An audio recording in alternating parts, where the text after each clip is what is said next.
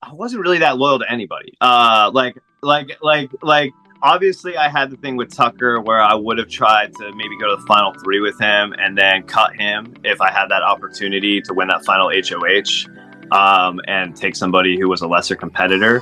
So I was loyal to him and wanted, but I always figured somebody would snipe him along the way because he's such a big target. But everybody else, take him or leave him. Like, I was trying to get to the end. That's kind of how I felt. Welcome to the Secret Alliance podcast, where we talk about the game of Big Brother with the people who play it. 30-year-old Joseph Rodriguez, a video store clerk from Tampa, Florida, is chatting with BB3's Jason Guy here on this special retro-themed episode of the Secret Alliance. BB3 here, an old-timer with a newbie. How are you feeling, Joseph? I'm feeling good. I'm feeling pretty chilled out with the experience. I've kind of made peace with what I did in there and how it went and everything like that. And what does that mean? What do you mean made peace with it?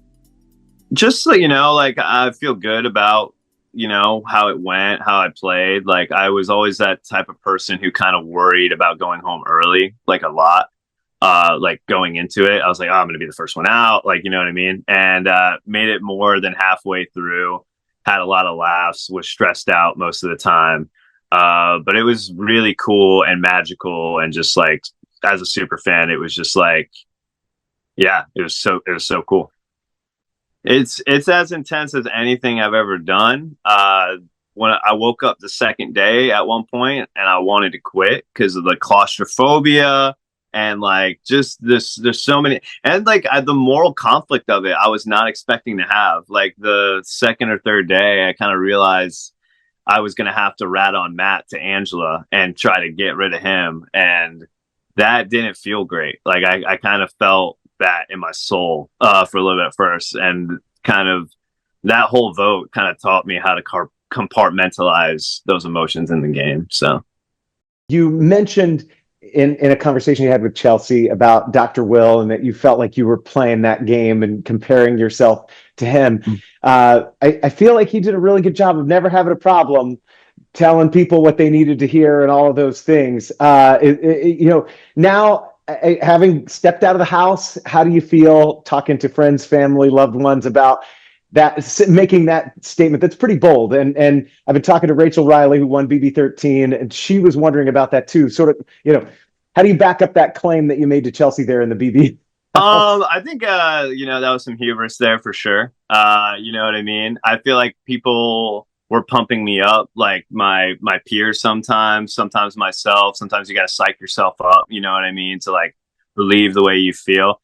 And obviously too, it's all about the execution. And then, like, in retrospect, I was like, I'm playing more like Andy, or I played more like Andy than anything else. Is what I realized when I came home. I was kind of doing like his thing a little bit more than anything else, or trying to do something like that rather.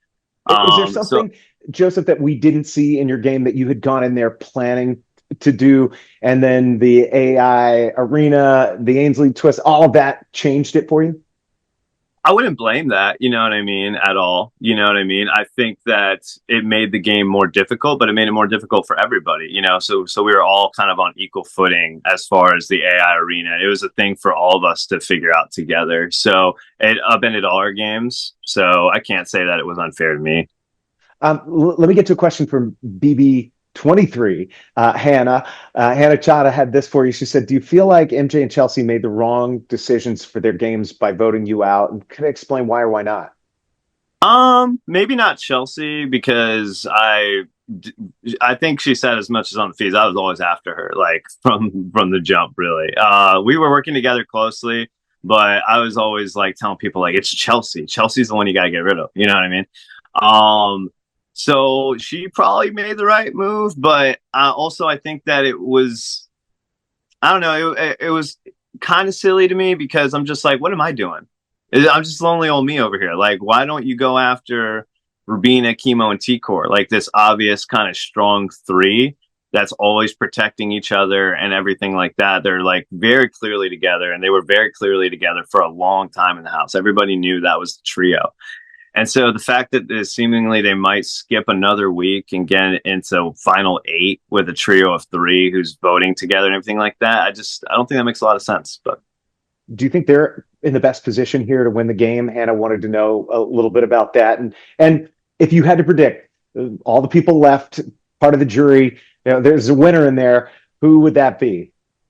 I think that because that trio is going to be more powerful next week if they survive, I think Rubina has a very good chance at kind of sneaking up on people and taking the win at the end. I don't know how people in the house view her necessarily, but in my head, I always viewed her as more of a player than people gave her credit for, I think, in the house. I think some people thought she was riding Tucker's coattails and all this stuff. I never saw that. From the get-go, she was trying to get rid of Matt with me. She was trying to like make moves and make stuff happen. And she had such a good bond with Kimo and T-Core that they were willing to flip that vote to save her. She's won some comps. She was impressive in the wall competition. She's a beast, man. So I think that she could be somebody who sneaks up on people. Who were you most loyal to in that house? Was it Tucker? I wasn't really that loyal to anybody. Obviously I had the thing with Tucker where I would have tried to maybe go to the final 3 with him and then cut him if I had that opportunity to win that final HOH, and take somebody who was a lesser competitor. So I was loyal to him and but I always figured somebody would snipe him along the way because he's such a big target. But everybody else, take him or leave him. Like I was trying to get to the end. That's kind of how I felt. Okay, final thoughts here, Joseph. I know it's been just a few short days. I had a great time, honestly, and in my Entertainment Weekly thing, I think I called everyone annoying, and I didn't want to spend time with them in the jury house. And I've softened a bit. You know what I mean? I really do like everybody who was cast this season. I think nobody on here was like a nasty person. Truly at their heart, and sometimes the game brings out the worst in all of us, including myself. I let my arrogance get the best of me at some point. You admit that you were a little salty, right, walking out of the house after sort of being blindsided. Okay, all right, because some of those exit interviews the day after were a little, you were hot. No, yeah, for sure, and that was kind of me in the house, and that's kind of me in general. Like I just kind of speak my mind whenever. But you take some time, you think about it, the sour grapes are gone, and you can kind of look at it more objectively and be like, it is what it is. But I think I also left the house pretty classy too. I didn't really, my exit interview with Julie, I was pretty fair, I felt like, to everybody, and said good game. So. All right. Well, Joseph, thank you so much. I know you work in a video store in Tampa. Yes. So we got to know 80s or 90s movies. What's your preference? Just quick. 80s all day, Back to the Future, Tron, all that. Okay. Do you own a VHS player? Like, because they have VHS tapes there. Okay. I have like 3. Hey, kids, look that up. Okay. Yeah. And also, last thing, action, comedy. What's your genre? Sci-fi? I love horror, dude. Our store is like horror featured. We got a lot of like Friday the 13th, Nightmare on Elm Street, stuff like that. Yeah. All right. We'll have to go to Halloween Horror Nights here in Orlando. When you're back. Jason Guy. That'd be sick, man. I loved you on your season, man. It was great talking to you. Have a good one. Great talking to you, too. We appreciate you checking out the Secret Alliance podcast. Make sure you tell someone who loves Big Brother all about us. Please subscribe to this channel, like this video, watch some more from BB26 and other previous seasons. Oh, please be kind and rewind and leave us your comments. Thanks.